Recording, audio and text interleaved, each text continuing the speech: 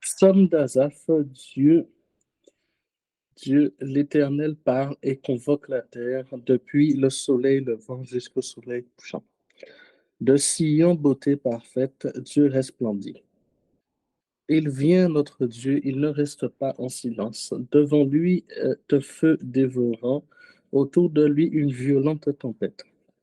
Il crie vers les cieux en haut et vers la terre pour juger son peuple. Rassemblez-moi, mes fidèles,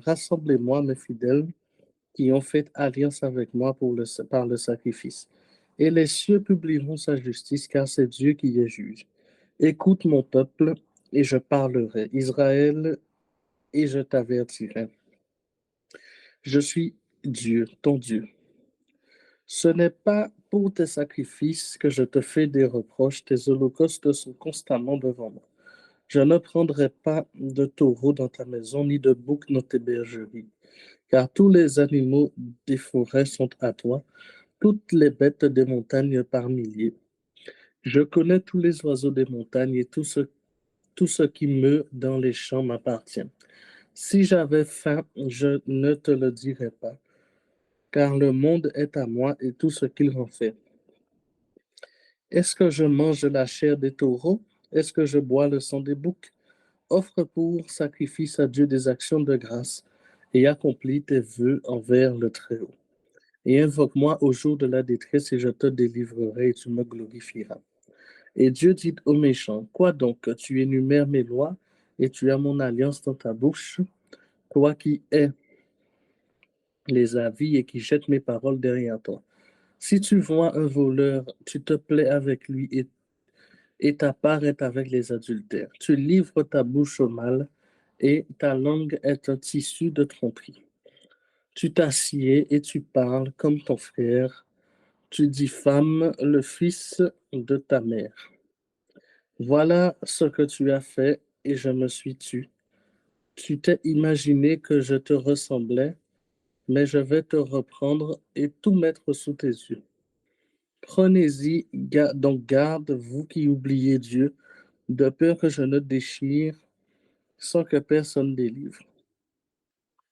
Celui qui offre pour sacrifice des actions de grâce me glorifie, et à celui qui veille sur sa voix, je ferai voir le salut de Dieu. Amen.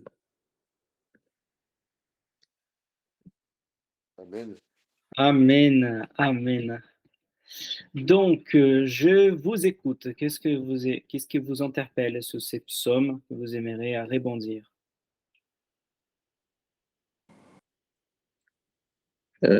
À certains moments, surtout à la fin, on a l'impression d'entendre Jésus qui parle.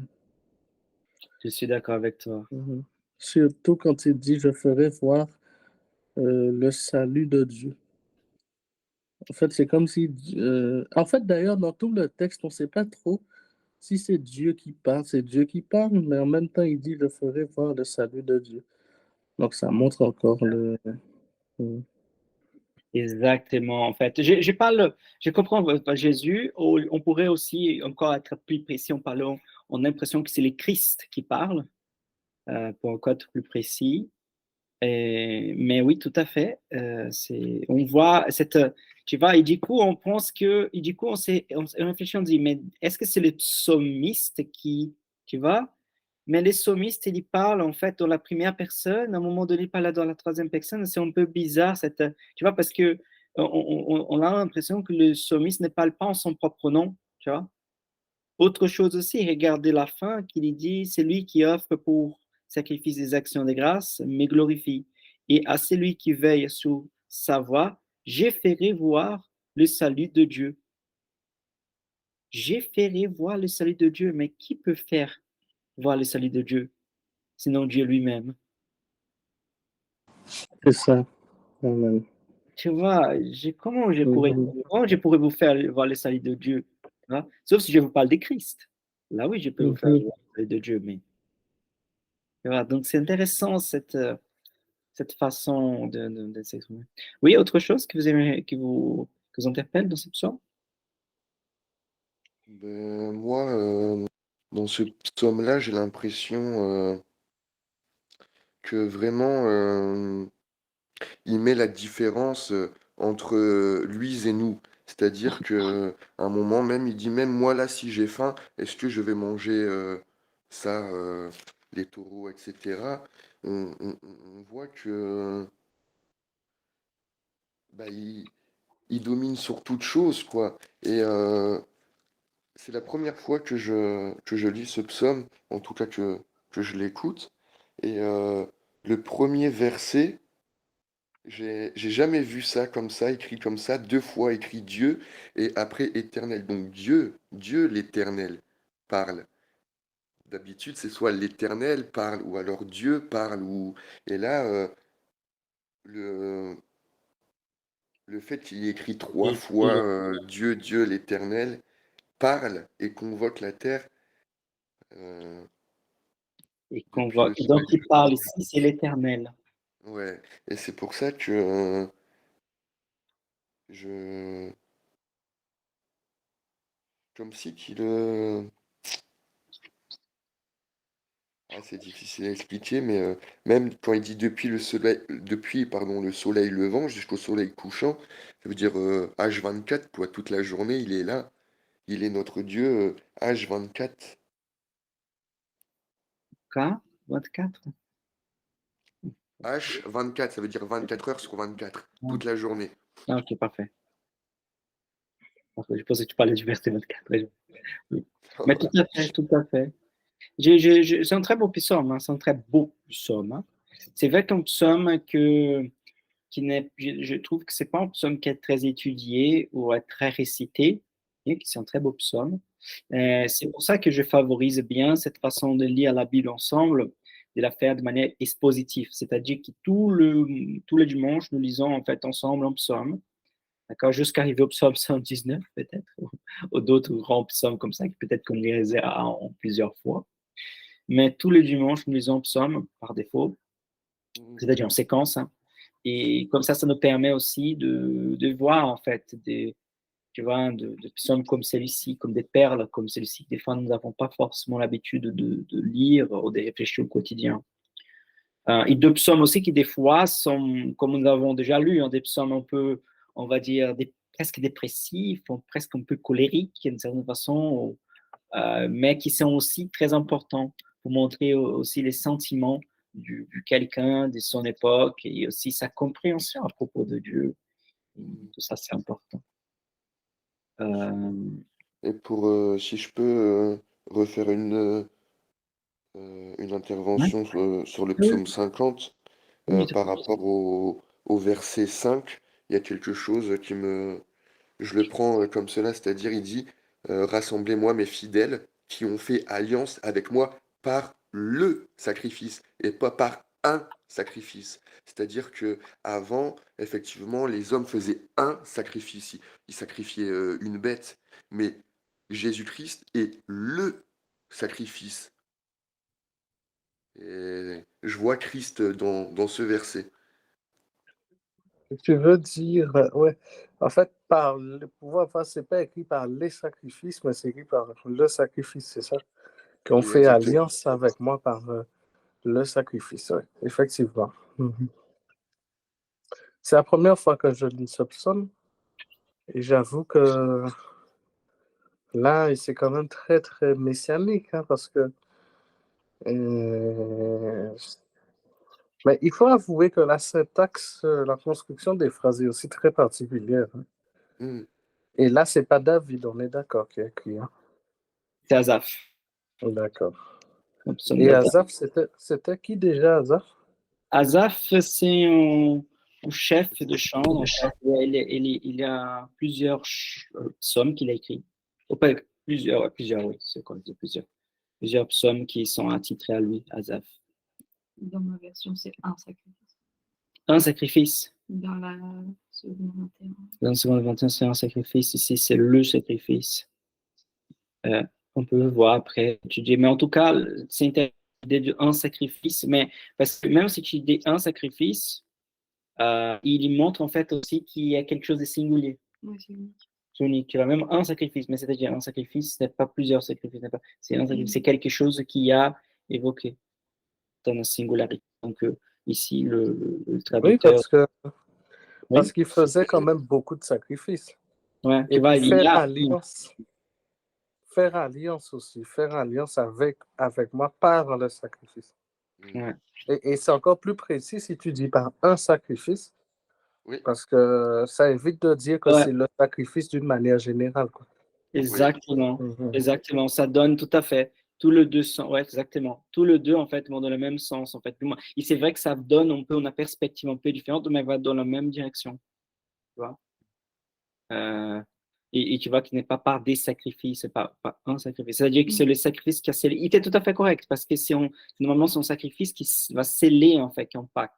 Tu vois, rassemble-moi mes fidèles qui ont fait alliance avec moi par les sacrifices. Donc, ici intéressant aussi, regarde, qu'il y parle de fidèles qui ont fait alliance. Donc, tous les fidèles, ils y ont fait alliance par les sacrifices. Mais je vous pose la question, admettons par exemple que je ne sais pas, je vais un personnage biblique, David.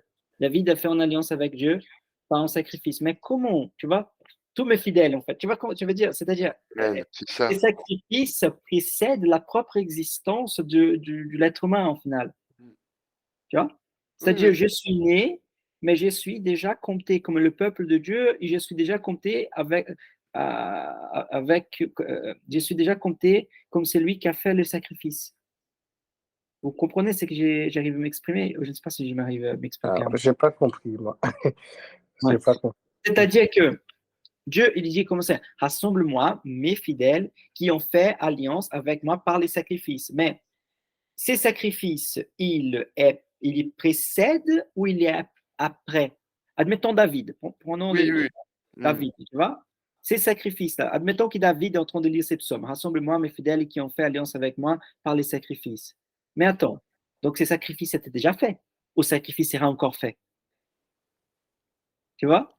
Oui, tout à fait. C'est-à-dire que C'est-à-dire si que David au moment, au maintenant, moment que, autrement dit, ce que tu veux nous dire, c'est qu'au moment où que David lit ce psaume, en d'accord? fait, le verset, s'il parle de Christ, eh ben, Jésus n'étant pas encore venu faire le sacrifice sur la terre, euh, euh, Non, non, comment il non, non. peut, Ouais, ouais, co- tu as compris, tu as comment compris. peuvent-ils, comment peuvent-ils être sauvés et avoir fait une alliance par le sacrifice de Christ en sachant que c'est après que vient Christ faire ce sacrifice à la croix. Ouais, C'est-à-dire la question, qu'autrement dit, l'alliance. tu es pas trop loin, tu es pas trop loin. Mais c'est pas ça, mais tu es pas trop loin. La question, c'est que, en fait, David, en disant, je pense David pour mon repère, hein, ça peut être un autre personnage, tu vois, ça peut être Habakkuk, je prends David pour mon Mhm. repère. En fait, en pensant que ces sacrifices qu'on est en train de lire, il y a déjà fait. Assemble-moi mes fidèles qui ont fait. Donc, c'est passé, hein, ont fait. C'est pas qui feront. Non, non, non, c'est Qui fait, ou qui fait. assemblez-moi. Ah oui. Éléphants qui ont fait, donc c'est passé, hein, qui ont fait Mm. alliance avec Ouais. moi par les sacrifices. Donc il parle d'un sacrifice unique qui est fait. Et donc, c'est-à-dire que David, en lisant ce psaume, je dis David juste comme point de repère, ces sacrifices est déjà fait. Mais effectivement, comment dire, donc c'est-à-dire que ce sacrifice, il y a quelque chose qui évoque ou quelque chose qui est fait dans le passé, Oui. d'accord? Et les sacrifices de Christ, Vient il après. était fait avant la fondation du monde. Comment ça? C'est ça, Ah c'est oui, oui, spirituellement, oui, mais humainement, oui, oui, oui. Humainement, dans le sens que, ah, ah mince. Avant, les hommes, par exemple, au temps de David, et cetera, bien Ouais. que le sacrifice a été fait avant la fondation du monde, mais ne ils respectaient la loi. Ça veut dire qu'ils ils pratiquaient non, leur vie, spirituelle par ce sacrifice. C'est-à-dire que nous sommes déjà sauvés, parce que sinon à quoi bon faire la loi?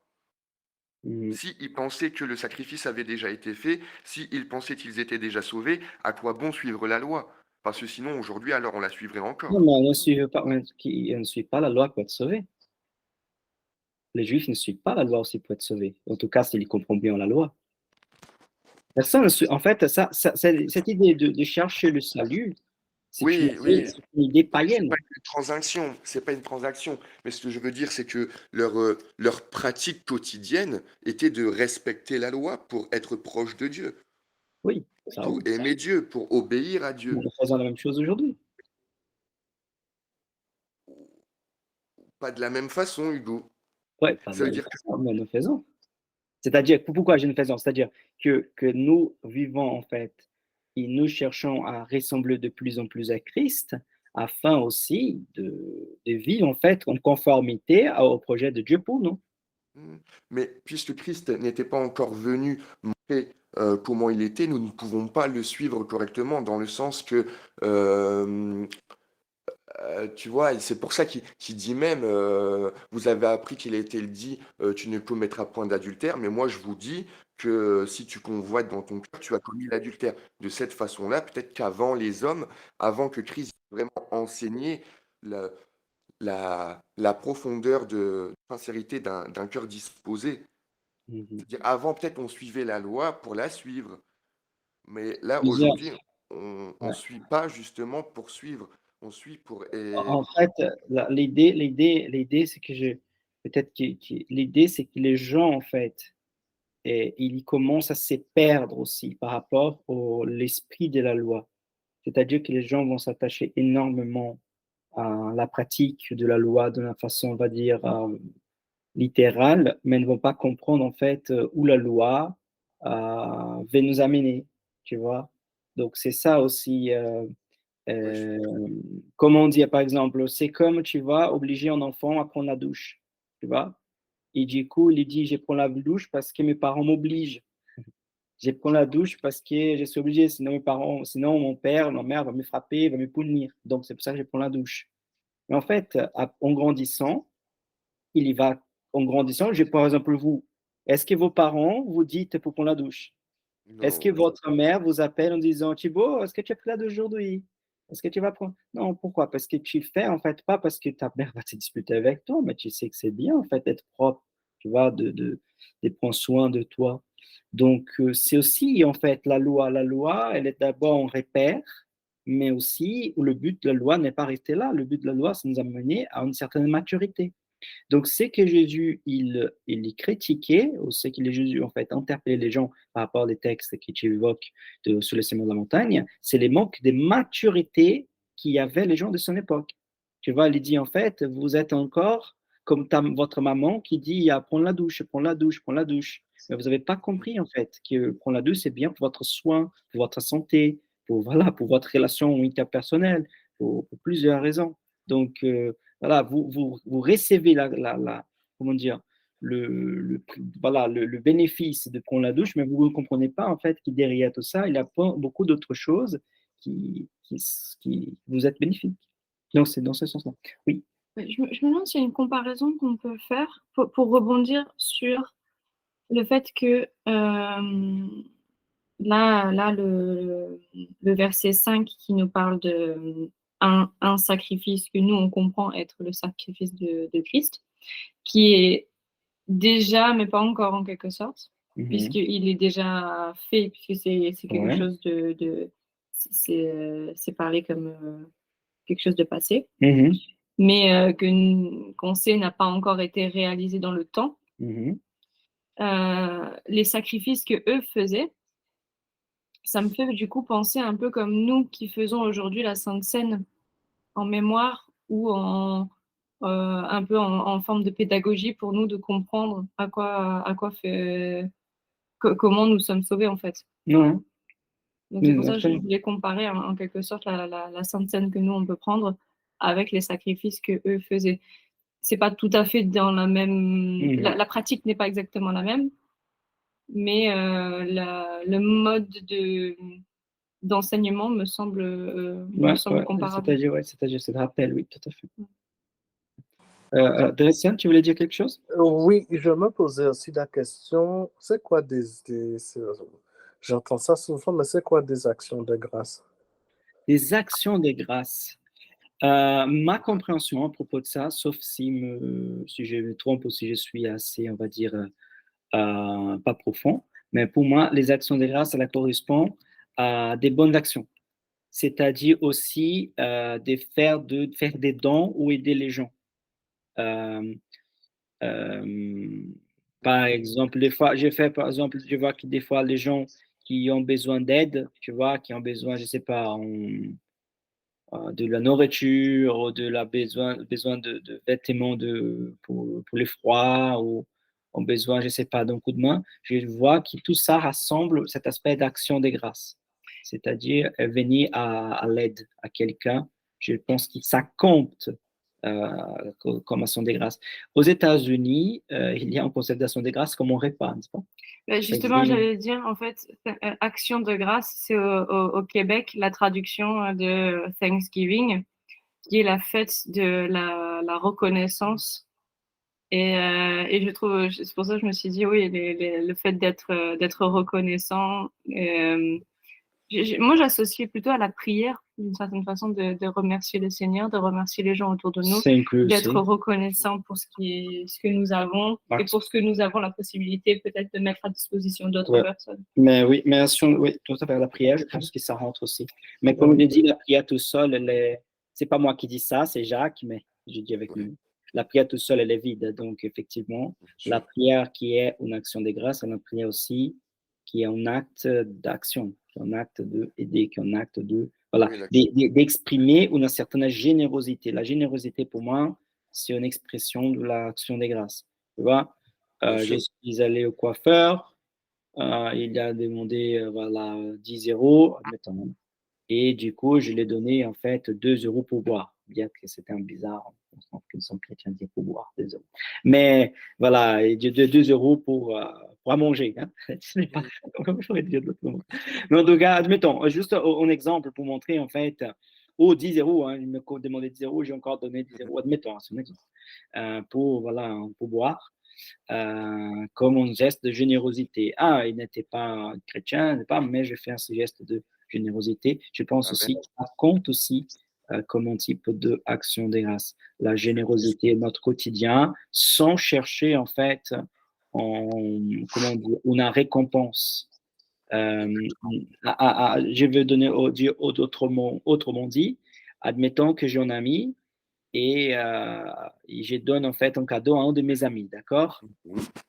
Et du coup, je lui fais un cadeau. Mais en fait, en faisant un cadeau à un de mes amis, peut-être qu'un jour, il me fera en fait un cadeau en retour, tu vois? Donc, c'est-à-dire qu'au final, c'est un échange de cadeaux. Mais si des fois, j'ai fait un geste de générosité avec quelqu'un, un cadeau avec quelqu'un qui des fois ne peut pas en fait faire pareil envers moi, donc c'est quelque chose qui compte aussi devant les yeux de Dieu. Autrement dit, des fois, dans la société que nous vivons aujourd'hui, les gens font certains gestes de générosité pour des gens qui peuvent en fait leur rendre en fait. Oui, c'est ça, pour que les gens se sentent l'ascenseur, comment dire l'expression en français. pour que les gens se sentent redevables. Exactement. Mais le sentiment, en fait, l'enseignement que nous avons que nous apprenons de Christ, c'est que on ne doit pas, on va dire, réfléchir dans cette façon. Ça ne veut pas dire que, voilà, parmi nous, on ne peut pas, en fait, faire un cadeau, faire un geste de générosité l'un vers l'autre. Ce n'est pas ça que je suis en train de dire. C'est juste que nous ne devons pas avoir ce sentiment d'attendre quelque chose en retour. C'est pas parce que je te fais quelque chose, tu vois, que j'attendrai que tu dois faire, que tu m'es redevable de quoi que ce soit.